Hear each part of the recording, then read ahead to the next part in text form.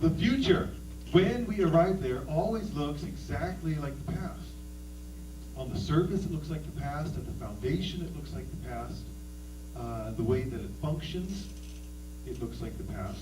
The years and decades and millennia will continue to look the same because human nature does not change. So predicting the future is easy. What happened in the past? What is happening now? Here's one prediction for the future. More inequality. No advance in wealth, no softening of manners, no reform or revolution has ever brought human equality a millimeter nearer. Years from now, the world, even our world, Salem, America, could look like a feudal system. Fewer and fewer people owning more and more of the property, money, and industry. Greater numbers of people owning less and less, and the second group will work for or serve the first group. And that is just what we see when we look at any time in history and when we look at now. Certainly in other countries, but also in this country. We are aware of it. We remember Occupy Wall Street and why it happened. So the future will have a lot of inequality, financial and otherwise. But here's a second prediction that could upset the first. The future will also see greater empathy. And there are a bunch of reasons to believe this. First, education is better than ever before. It is more informed, faster, more thorough, more individualized. Studies, research, observation, all these things have sharpened education exponentially. We are getting smarter. In the 1980s, psychologist James Flynn discovered that over the past century, our average IQ has increased dramatically. Brings us to our second point. We have more access to more information. The ability to search the internet has only been around since 1990. The modern smartphone has only been around since 2007. In the timeline of human history, all of that is but a moment.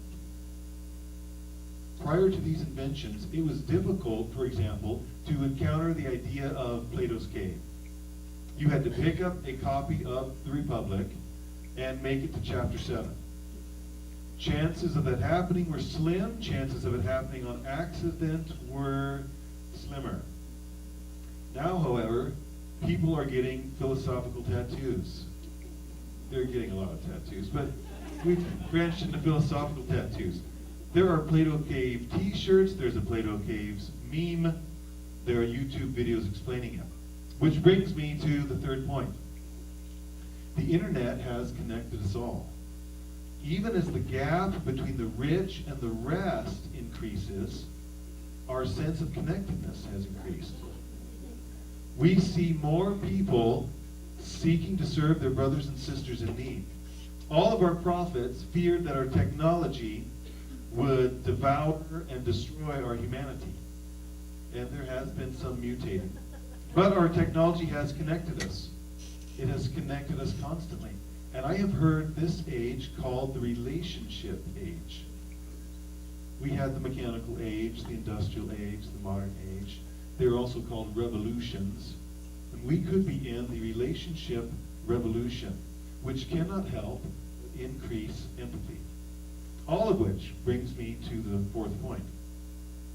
The increase in knowledge will cause an increase in understanding, which will in turn cause an increase in empathy. Even as we know exponentially more information, so our understanding of the human experience and the way life works is increasing. Not only is our average IQ dramatically higher than 100 years ago, but our average level of enlightenment has increased dramatically as well. So says Dr. David Hawkins in his seminal book, Power versus Force. All four of these factors seem to be increasing empathy. And if that continues, for the first time in history, human nature could change. My first prediction makes sense, but so does the second. And that could change everything. If human nature changes for the first time ever, years from now, the future could look different than the past. I'm optimistic. Thank you. French tweaked me, but I was